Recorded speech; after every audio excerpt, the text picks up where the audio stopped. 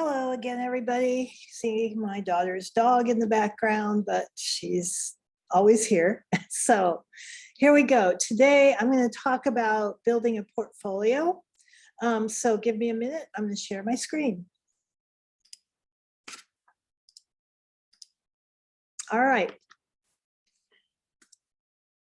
So I think we all can feel this way that sometimes the best design you do or the best piece of art that's your favorite is usually maybe just your favorite, but that's okay. Just keep doing what you're doing. That's what art and design is all about, right?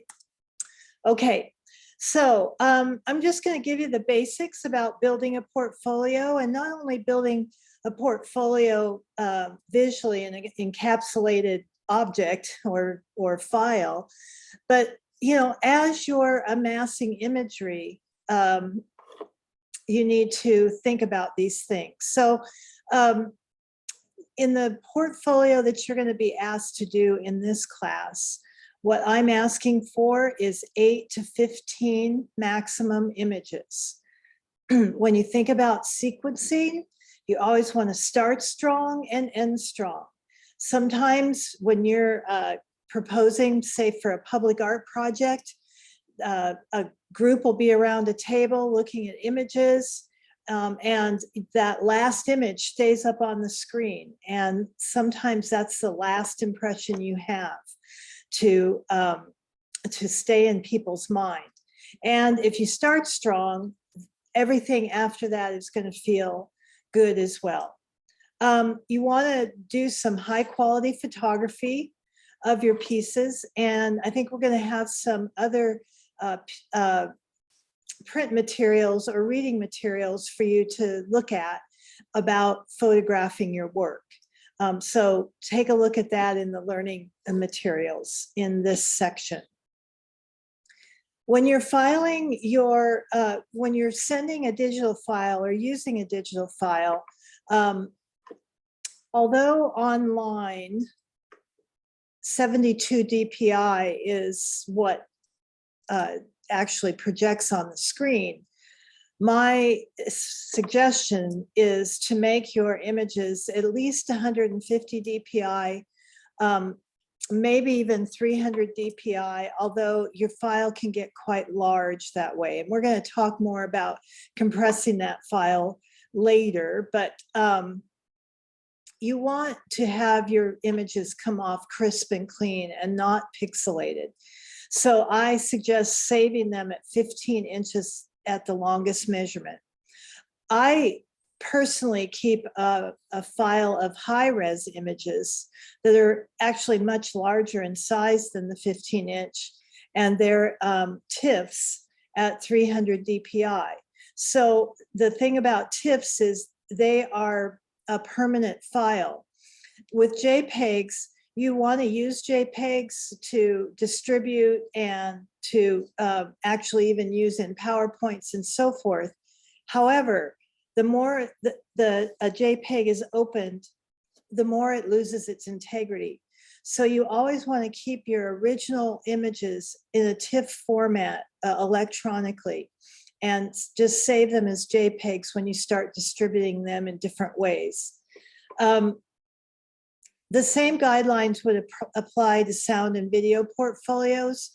8 to 10 samples, best first and last. And again, you are gonna save them at the high fidelity, high def original file, but you can resave them as a lower res file for distribution. It just kind of depends on where it's going to be presented. And you guys in video and sound know a lot more about that than I do, but just be aware of the medium in which that piece is going to be shown and save it accordingly.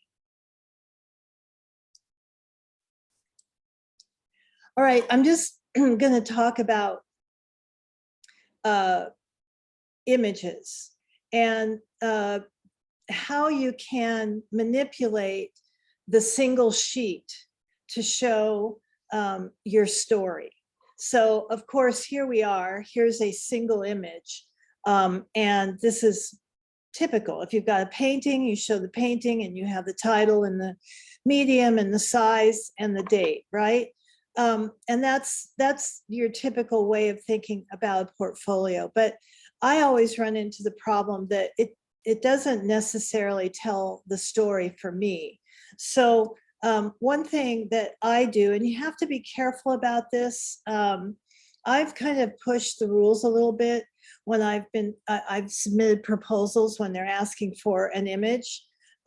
Sometimes I'll composite an image like this so that it's not jumbled, that's not too much information. But now what you see in this image is you see these people that are making this caution tape field, this caution field that in just one image, maybe who knows who made it. It doesn't mean as much as it does when you actually show these makers behind it. And then we're going to get into the labeling again that will further define what someone's looking at. But again, for me, these composite images are almost critical. And you can do this technique when you're showing details as well. Like you have the overall piece and then maybe a few detail shots.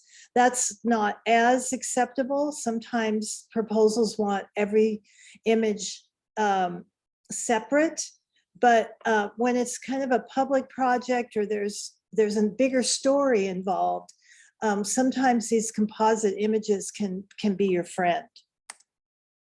All right, so some of you are going to have graphics if you're a architectural or interior design student, and that's perfectly fine to show a plan view or something. Just your labeling might look a little bit different. We're going to talk about that in a moment. And again, just make sure it's clear, it's representative, and people can kind of understand what they're looking at. And thinking about the field that, the people you're communicating with and who they are and what they're used to looking at. Again, project graphics, very clear. This is really like a technical design development drawing, but you might have this kind of thing in your portfolio if you are designing for architecture or even interior architecture.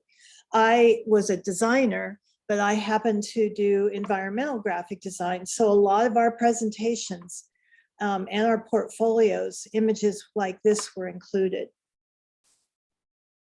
All right, so now we're going to talk about labeling. And for art, there's a basic sequence, right? But I'm going to say that I'm going to give you this basic sequence as a guide, but it may not work exactly for what you're doing. So use this as a structure, but feel free that if it works for you to do it just a little bit differently because of the nature of your project, that's okay, as long as you're covering the bases. So for art, we've got the title, the medium that it's done in, the dimensions, height, width, depth. If it's two-dimensional, just height and width, of course. Year completed. What you can add is a brief explanation for multi-layered projects, similar to the one I just showed with the composite image. It doesn't apply in all cases. If you've got a painting, then maybe there is no story behind it, but sometimes there is. And if it's been purchased and you know the collector, then you can put that down too. You can put the collection that it's in. That's totally optional. Design projects are a little bit different. You're going to want the project name. What was it? For instance, the images I just showed were for, one of them was for the Children's Museum of Phoenix. The scope of the project. So what is the entire scope? Even if you're showing just the pieces and parts of it, talk about the scope of the project and the year completed. In this case, a brief explanation of the project, and I do mean brief, is probably applicable because there's so many aspects to that kind of project. Even in a graphic design project, you might put the design brief there, something that explains, the parameters of what the design was.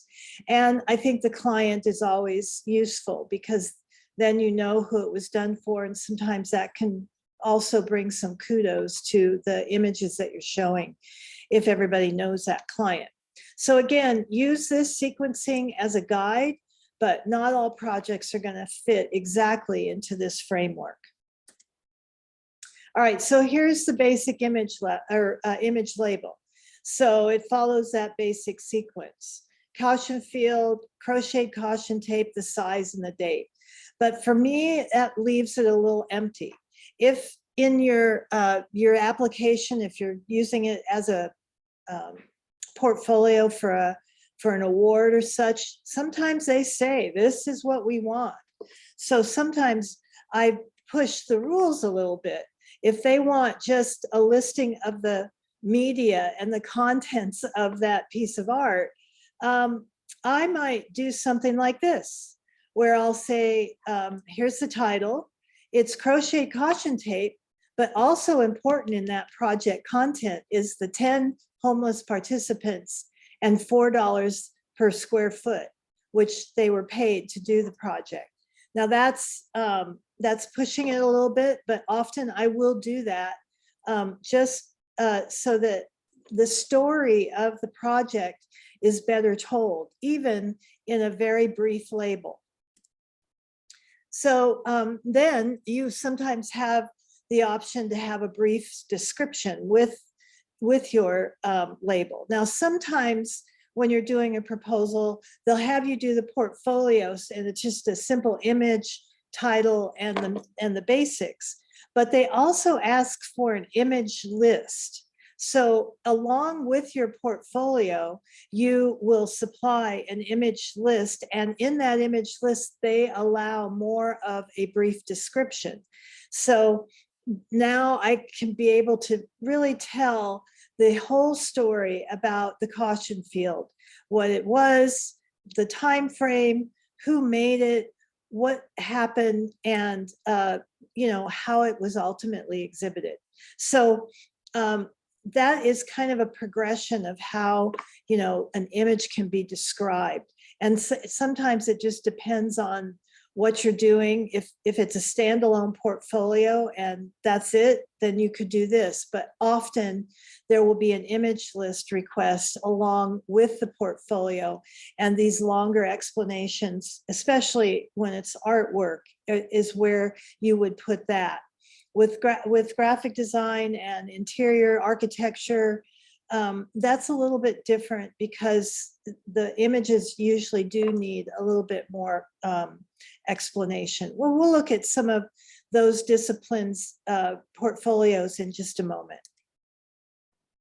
All right, here's again an image label with a brief description with more of a technical drawing. And so we have kind of that basic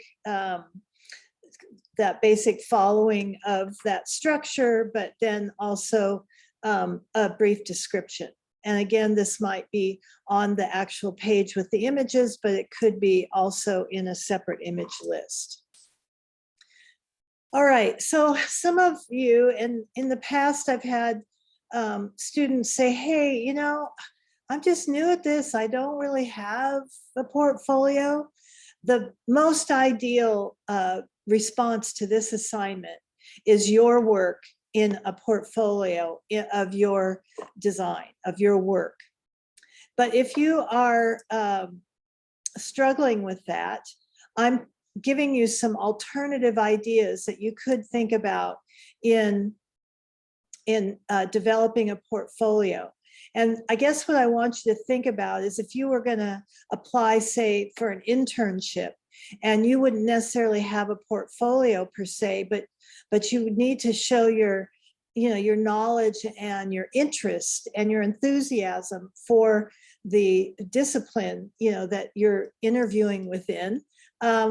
These are things that might impress a potential person that might employ you as an intern.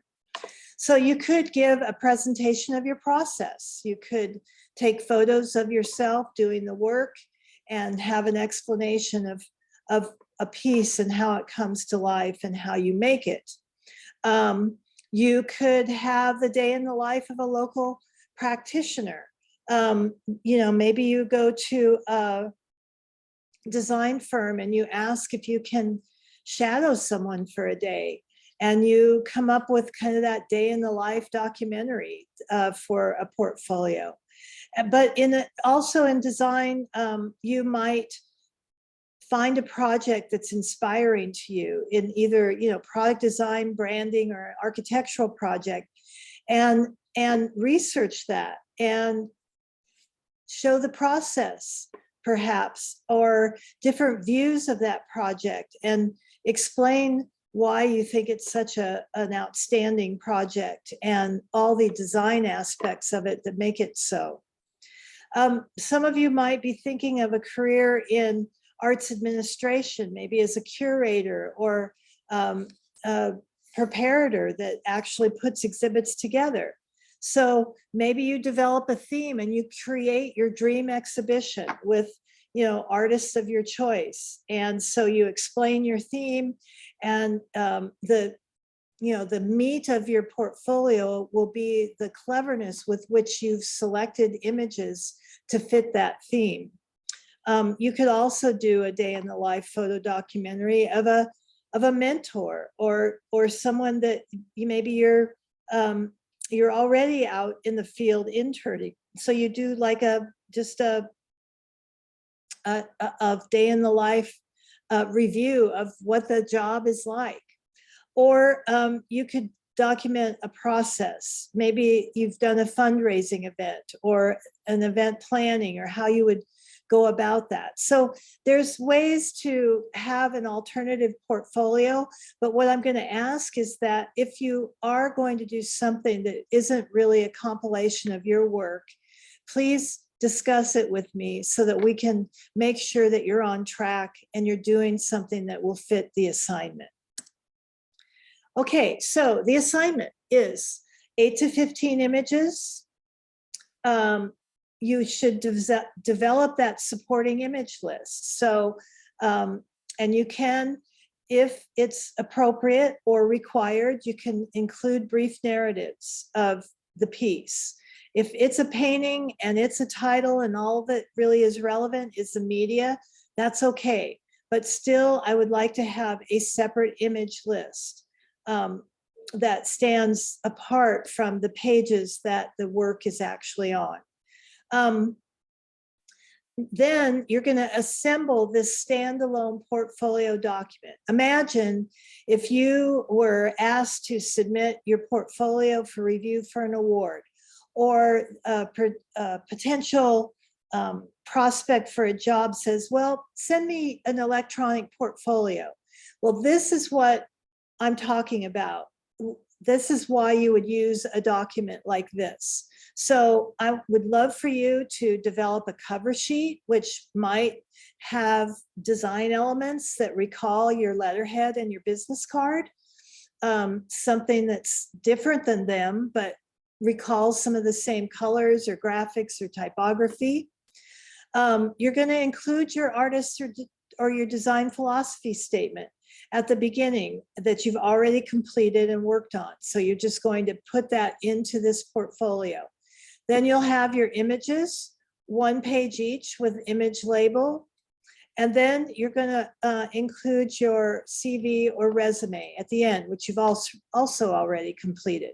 So when someone gets this packet, they have this complete view of, your statement, why you do what you do, the images to back up what you've said, and your CV or resume that shows your relative experience.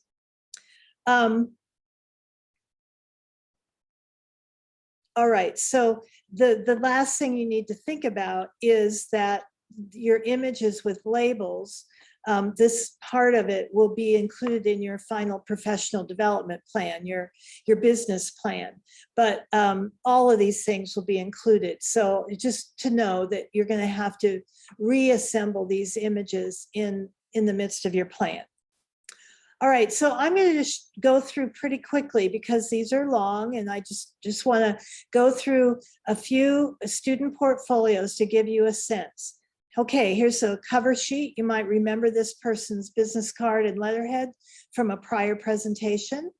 Here's her artist statement, image list, and now she's really used the full page to show her photography. Here's her resume. All right, this guy was a DJ and a producer. So you think, what in the world is he going to use for a portfolio? So let's find out. So here's his cover sheet. You can see his logo that looks like his letterhead, his artist statement. And what he's done is he's shown some different gigs that he's done and, kind of what happened. So, and a little bit about his experience doing it. So I think this portfolio shows a lot of personality into who this fellow is and how he thinks about the work he's doing.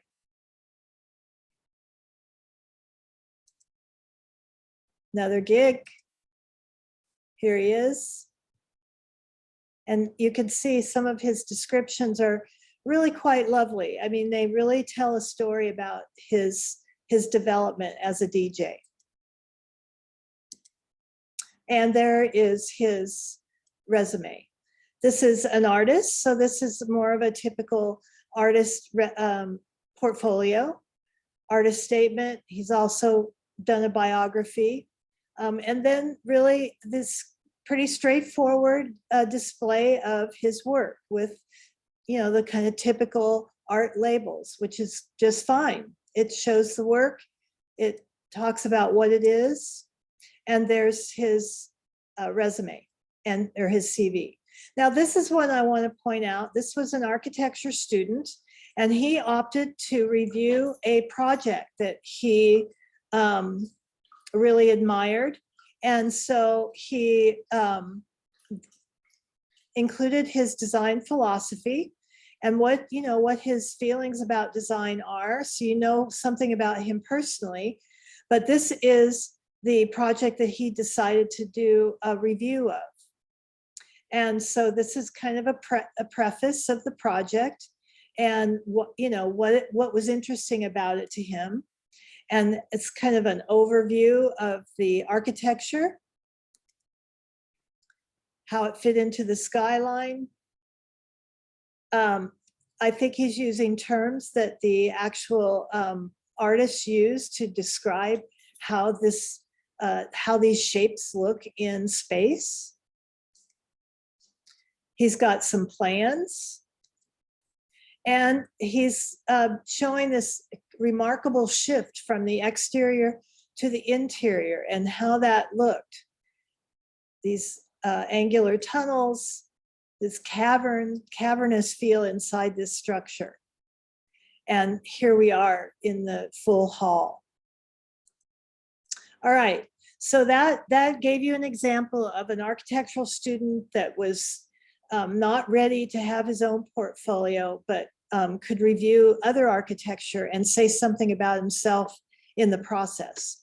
All right, here's a graphic designer. You might remember her identity package from before. Here is her design statement and print design. So here are, and I want to point out the way she's showing her design. I think it's really smart and modern, beautifully done. She didn't just show you, kind of a JPEG version of this ad. She took a photo, clean, beautiful photo of the ad in context as it was printed.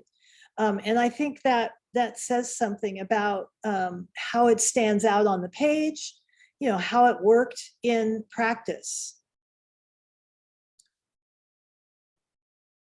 So this is a website homepage, eBlast layout, some logo studies. So she not only showed the final logo, but she showed some of the studies that she did.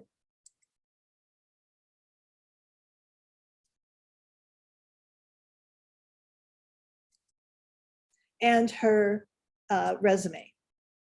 All right, here's an industrial designer, completely different approach. Here, I believe, is his selfie slogan. And he has a little bit about himself. This is more his resume at the beginning, but it's okay. This is the way he decided to arrange it. And you know, you guys are creative people. You have a right to kind of put it down the way you see it.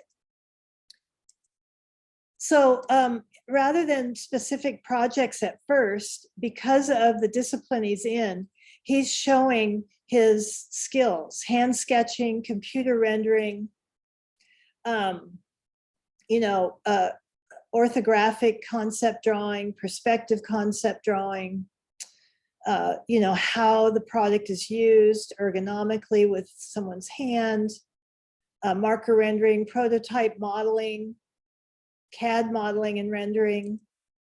And here's his projects. So again, he's got Nanny, which is the project name. And he's talking a little bit about what's the research question and his research, ideation sketches of, you know, what this product might become, product features, and the final model of what this became. And I think it ended up being called Nest instead of Nanny, but it just shows the process of the project as it came to life. Here's another one: shoe organizer, or more than a shoe organizer, some studies, some brainstorms. And here's his final model of how this product would work. All right, here is Lauren Kelly. Again, you might have remembered her identity. So she's using this kind of interesting signature she has, again, with that light pastel pink, which relates to her other materials. Statement, and a very straightforward but clean view of her portfolio. She's a printmaker, so all of these are different print making techniques. And here is her resume CV. 2 pages. Here is, this fellow is also, yes, a graphic design person. So here's his statement. And here's these projects he did.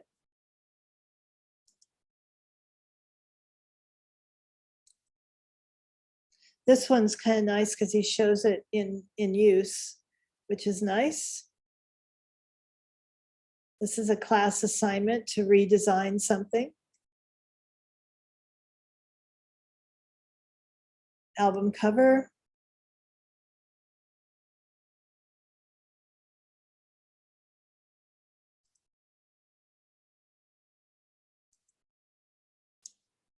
Yeah, so you can get a sense of his personality. He's showing this acrylic. I'm not sure about including this, but because it's so different from his other work. But you know, you have to show what you feel strong about. I certainly might have divided this and shown a couple more examples of his painting so that you didn't end on that. And here is his resume. All right, here's another artist. Statement. And she was really into rabbits, very interesting work.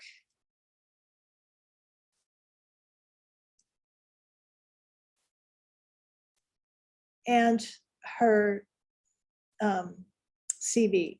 And you can see that in a PDF, you can really switch back and forth between a horizontal and a vertical. It works. This is a metalsmith. And so here's her statement. And really beautifully, this is a great example of well photographed work, detailed work. So again, there are resources right here on the MCC campus at certain times of the year. You have to keep your eyes open for people that are helping students shoot their work. It usually happens before the student art show call so that kids can, students can get your portfolios done or get your work shot.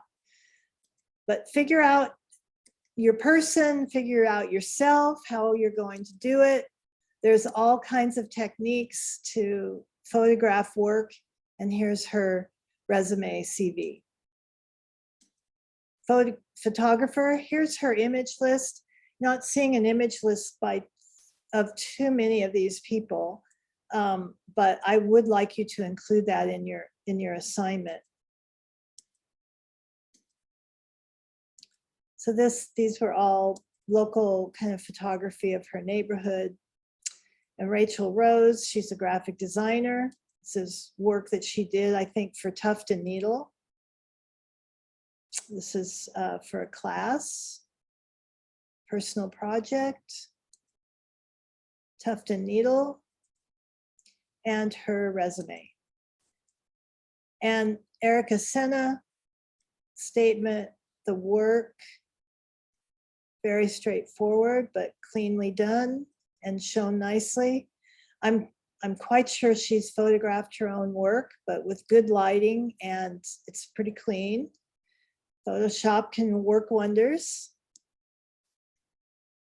And I think this is our last one. She is an artist, graphic designer. She was really into doing zines. So she had a very interesting combination of work. So this is drawing and painting, graphic design.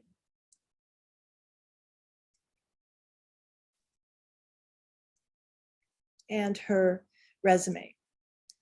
All right, I'm going to come back to you real quick.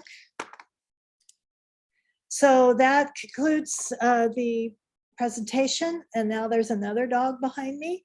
So I'll see you the next time. Bye-bye.